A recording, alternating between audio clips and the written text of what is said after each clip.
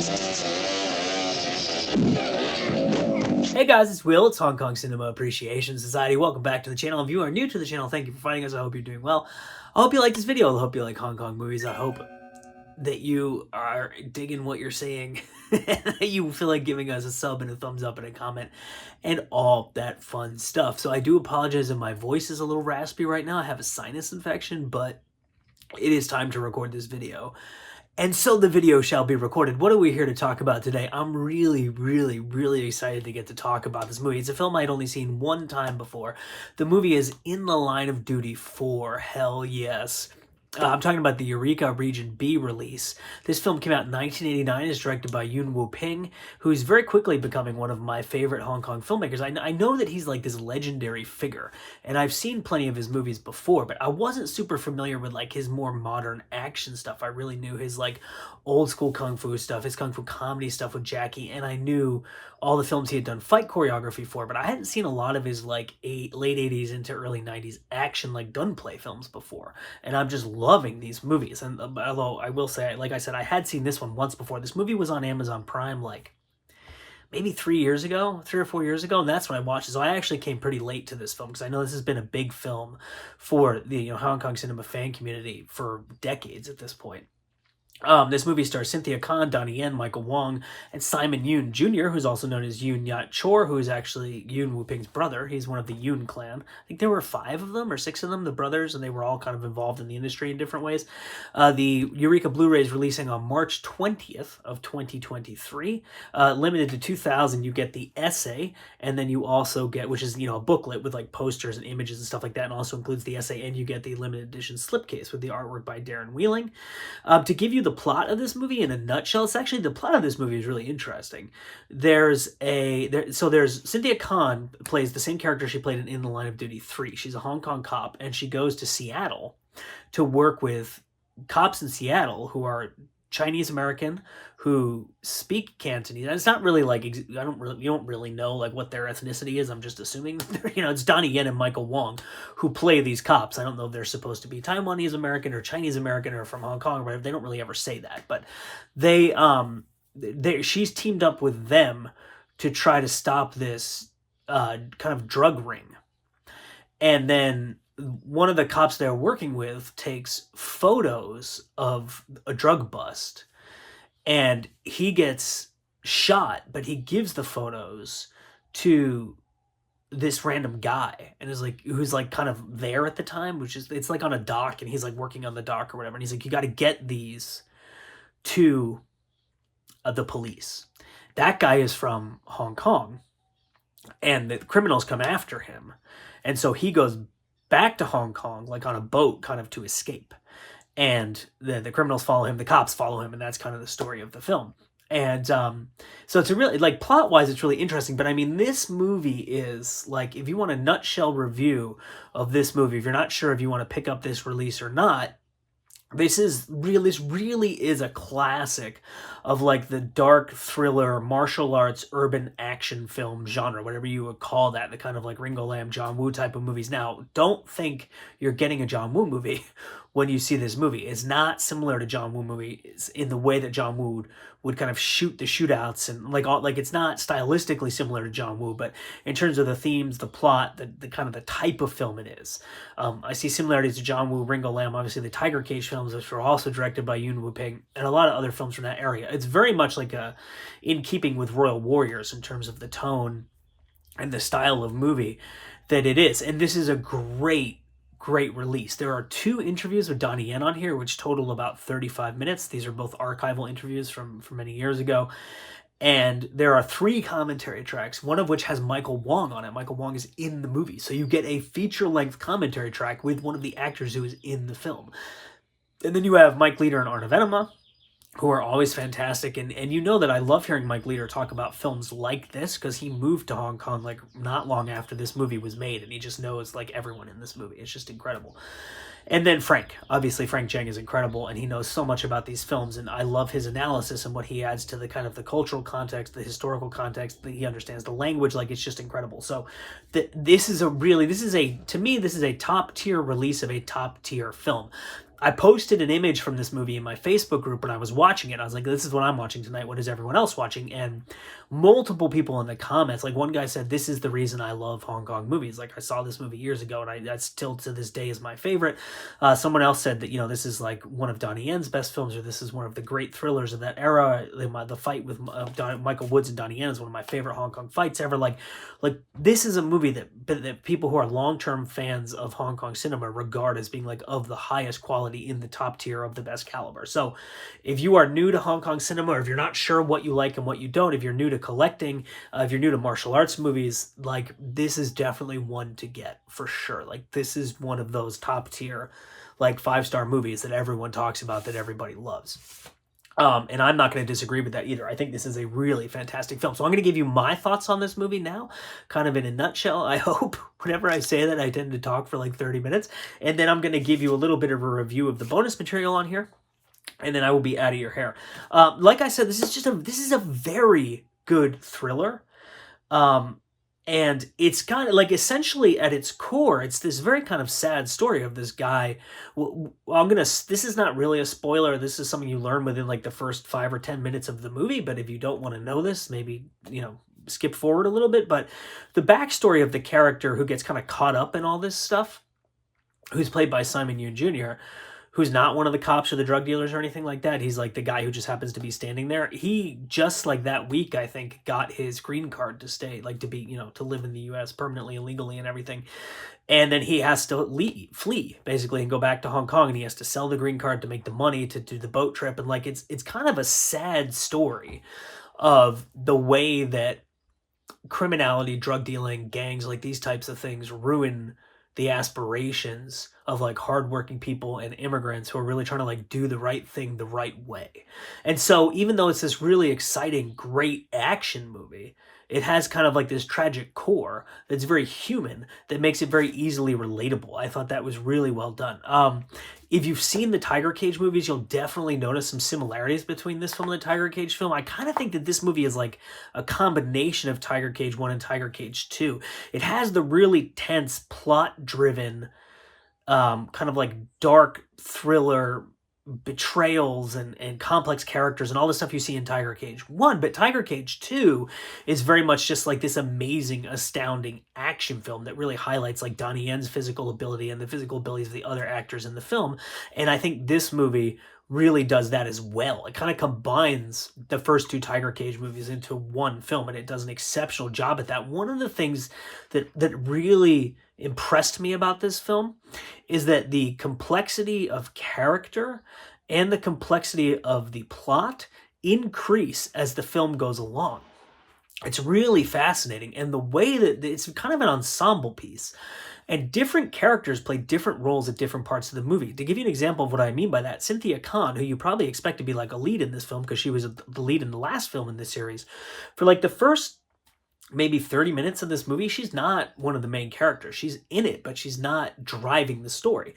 And then all of a sudden, a lot of stuff shifts and she becomes the main character. And the Donnie Yen character is kind of like drifting in and out. And the Michael Wong character is very peripheral at one point and then becomes like a really central player.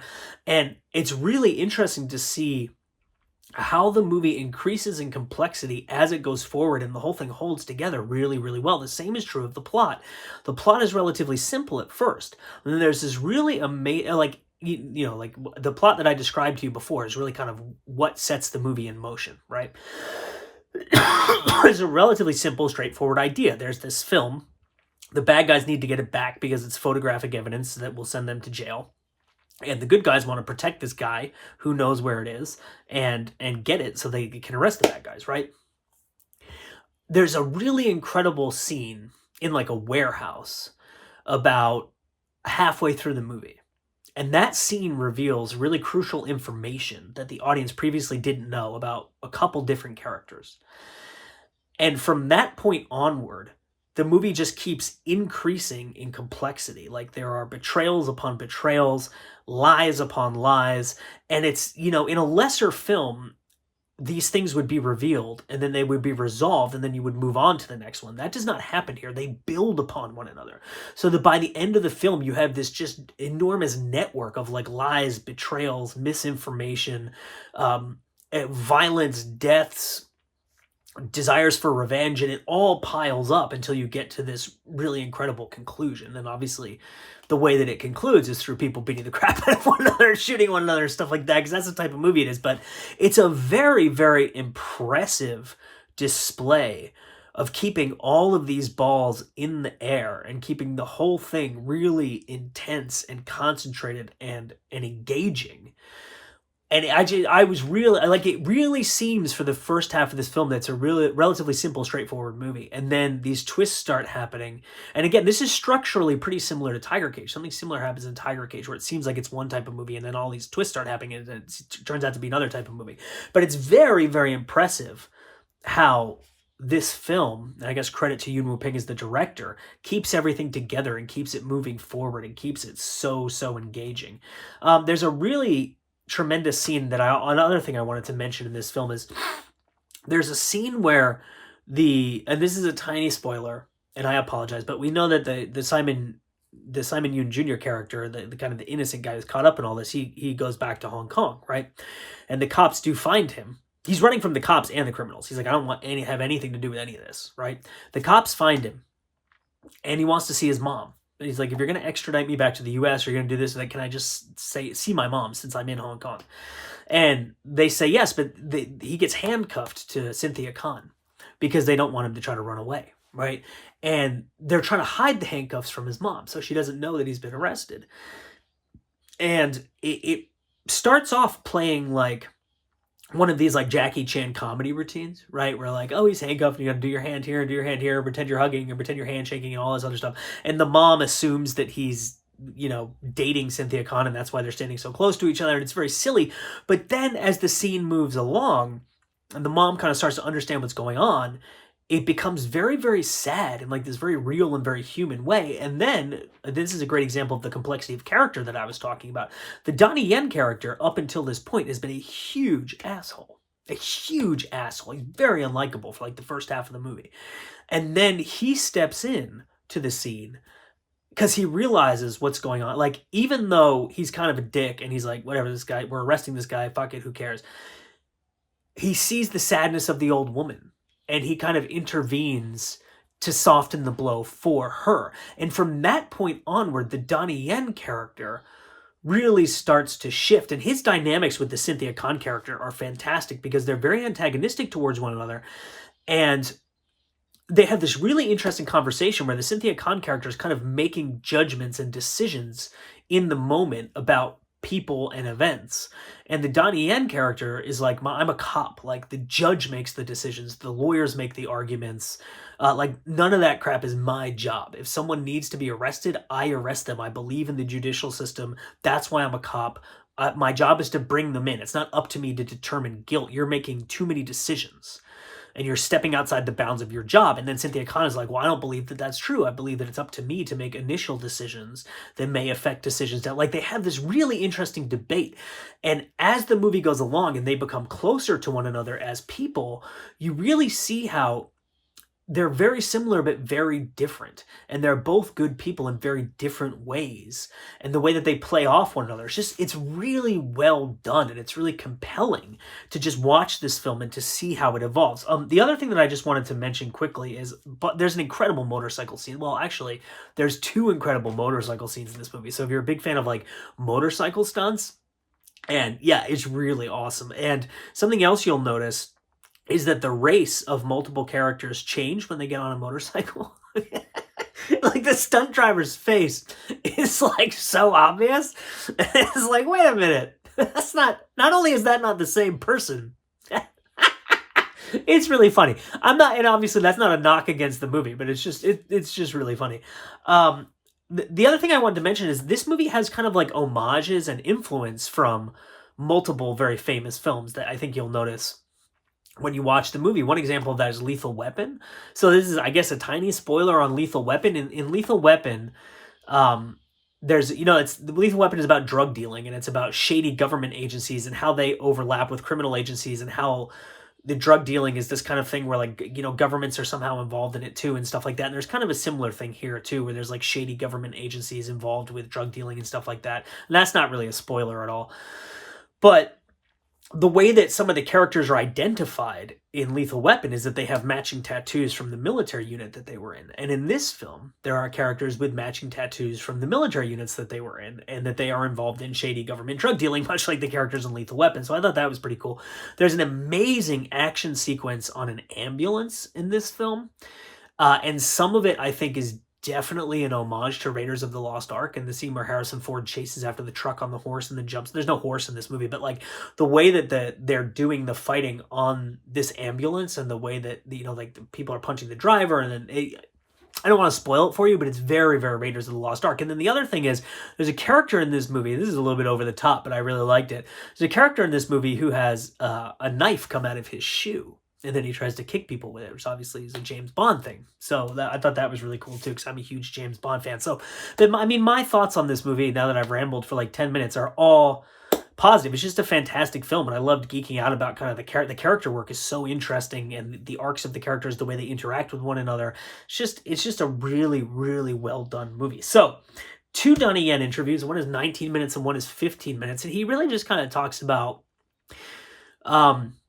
you know, like how fighting is different on film versus in real life, and how they shoot the films, and why he thinks Hong Kong does the best action films in the world of any kind of film scene ever, and why they're at the cutting edge. And one of the interviews, I think, was done for Japanese TV or a Japanese DVD release or something, because there's a point where he's being interviewed by this Japanese guy, and Donnie Yen is showing like, okay, so I'm here and I want to hit, and I'm going to hit you, but we need to be aware of the fact that the camera is over there. So how are we going to angle our bodies to make it look good for the camera?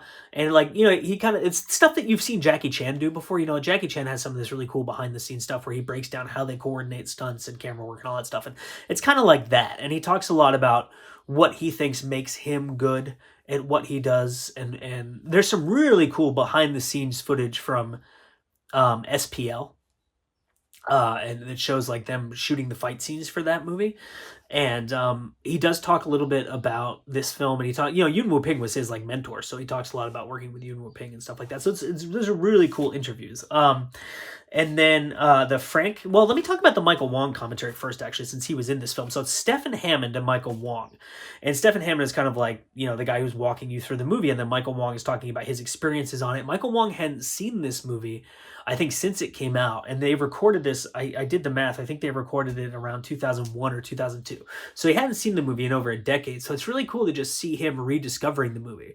And he's remembering things in the moment, like, oh yeah, I remember doing this scene, or, you know, that guy I used to see every single day because we were both involved in a lot of D&B films. And I thought Michael Wong was really well cast in this movie. Really well cast in this movie. And I thought he was really well cast in Royal Warriors too. And I think that in Royal Warriors, they really use his innocence and his naivety and how young he is really, really well with that character. And in this movie, he kind of shows a different side of his personality. He's kind of like he's the friend slash boss of the Donnie Yen character. And he's quieter, and he's more serious, and there's a kind of there's this kind of strange energy to his character, where he's more of like, Donnie Yen is the more like out of control type of cop. I guess I can't think of the expression, but he's like the one who's out there beating the crap out of people. Michael Wong is the more like, we got to do things by the book, and like, but he's got this kind of shifting energy that's kind of like calm but intense, and it's really interestingly done and well used in this film. He talks about working with Donnie Yen and how Donnie Yen was like really intense and professionally, like he wanted to do everything right and by the book, and he showed up super early, and he was just very intense about filming. And he said that like his fight scenes were like no joke, and like he was throwing punches and hitting people hard, and like was really intense about it. And he said Cynthia was great, she was lovely to work with, he really liked her a lot. There's just a lot of great banter. He talks about how he was brought to Hong Kong by Cinema City, but then he ended up being in D&B films because someone who worked for Cinema City left to go and work at D&B, and she reached out to him. And so you learn all this really interesting stuff about his career.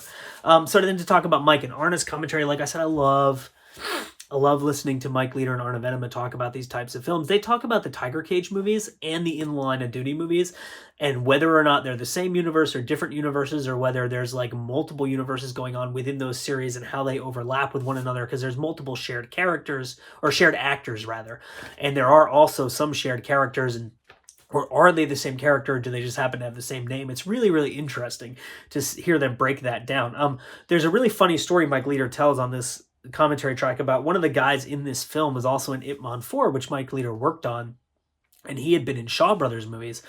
And Mike Leader wore a shirt one day to the set of Ip Man 4 without even thinking about it, like without doing it deliberately, that had that guy's face on it. The guy's like, why are you wearing my face on your t-shirt? Just like, that's just really funny to hear those types of stories. Eddie Mayer's in this film, and Mike knew him really well, and he trained, he owned a gym in Hong Kong. You'll recognize him if you see the film. He's in like a fair number of movies from that era, but he owned a gym, and he was like a trainer, and he trained Sammo Hung for Eastern Condors, which was really cool. And there's one guy who's in this movie who doesn't, he not only plays two parts in the movie, but he was also the double for Cynthia Khan and Donnie Yen. So it's really interesting to hear them point out who that guy is and all the parts that he played. He was involved in Spider-Man 2, I think, or something like that. He's been in tons of stuff. Mike Leader is really good friends with John Salvitti, who plays one of the characters in this film, so lots of interesting info about him and anecdotes. And Stephen Berwick is a diplomat now or something like that, so that was really interesting to learn. He's in like one of the Tiger Cage movies, and he's in this movie. I think he actually might be in Tiger Cage 1 and 2, and he's in this movie. And it was really interesting to learn kind of some behind-the-scenes information about him. And then Frank's commentary. So the thing I like the most about Frank's commentary is he knows personally the guy who did the music for this film. So he talks a lot about his career, like he played in live bands for Canto Pop stars, like he played with Alan Tam and stuff like that. And I think Frank interviewed him fairly recently and extensively about his career. There's just so much great information about how he uses music and where he puts it and why he puts it there. It was really, really cool. But he talks about all 9 films in the series and like how they kind of all fit together or don't, and the different kind of characters and actors that span across them. And then there's also there's a kind of a recurring location in this film, in the second half of the film, that's very similar to a location from The Killer, which didn't even occur to me as I was watching the film. And Frank kind of talks about that and analyzes that and compares the two films, which came out in the same year. Interestingly enough, this movie, I think, came out like 2 or 3 weeks after The Killer. Can you fucking imagine? Like being in Hong Kong in July of 1989 and seeing The Killer, and then 2 weeks later seeing In the Line of Duty 4. Like, come on. Anyway. And the Tim Burton Batman movie came out that summer too. Not to compare apples and oranges, but still, that's a great movie, and these are great movies. But it's another great commentary track from Frank. And then, on top of all of that, there's an alternate version of the film on here, which is the export cut. I'm just going to have a sip of coffee here. But the opening scene is different. The movies are almost the exact same length. I think there's like 30 seconds or a minute difference or something. But the export cut opens with a scene of explaining why Cynthia Khan is in Seattle working with these cops. And in the Hong Kong version, you just start in the middle of them working together. It's not really ever set up why that's happening. So that was a really interesting little scene that was tacked onto the beginning there that helps kind of contextualize the film. So it's In the Line of Duty 4. It's a fantastic movie. It's another fantastic release from Eureka. The movie looks fantastic. It sounds fantastic. All the audio options that we've come to expect from Eureka and these incredible boutique labels. This is really one of those releases, and I would say Royal Warriors is the same as well. And there's no reason not to buy them. And then if you're buying them, you might as well get In the Line of Duty 3 and Yes Madam and have the whole series, right? But like, I mean, Royal Warriors in this movie are like 5-star movies to me, and these are 5-star releases to me. And yeah, I mean, you should just go out and buy them right away. So my name is Will. It's Hong Kong Cinema Appreciation Society. As always, I thank you so much for watching, and we will see you next time.